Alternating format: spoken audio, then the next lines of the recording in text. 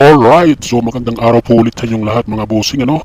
So panibagong unboxing na naman po tayo dito sa ating for today's video. So dahil po bumigay na yung ating ginagamit na soldering iron. So bali 2 taon din ang tinagal nito sa atin ano. So umorder na po tayo ng panibagong soldering iron. So ayan, so bumuli ulit ako ng ganito at bumili pa ako ng isang mas magandang soldering iron no. So buksan na po natin.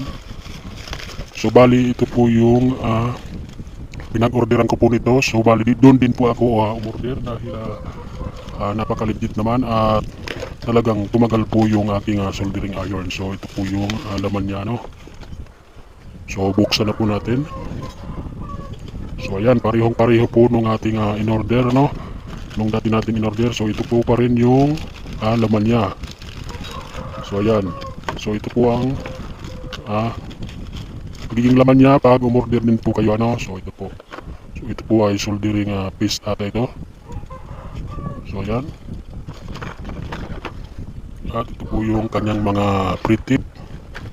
Meron din siyang pre na soldering lead at meron din siyang soldering iron stand. At ito po yung ating pinaka-unit ko ano. So ayan.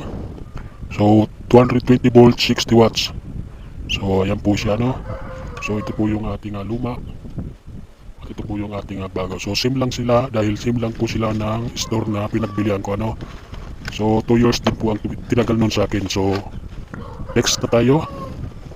So ito po yung isang in-order ko na soldering iron din.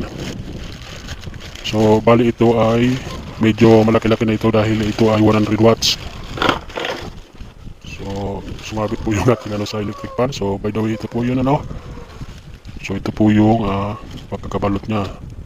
So napaka-secure naman po. So yan, buksan natin.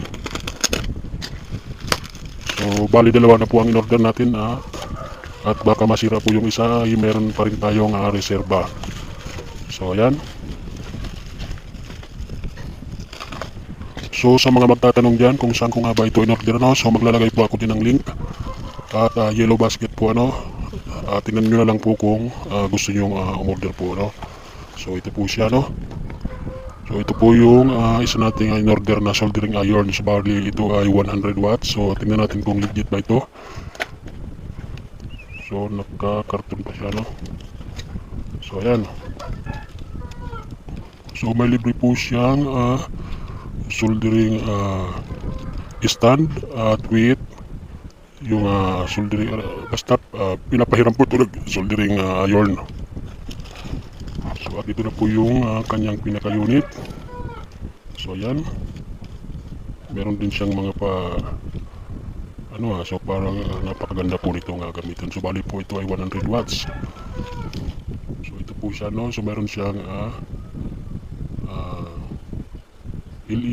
LED display o digital display ano. So mamaya i-test natin ito.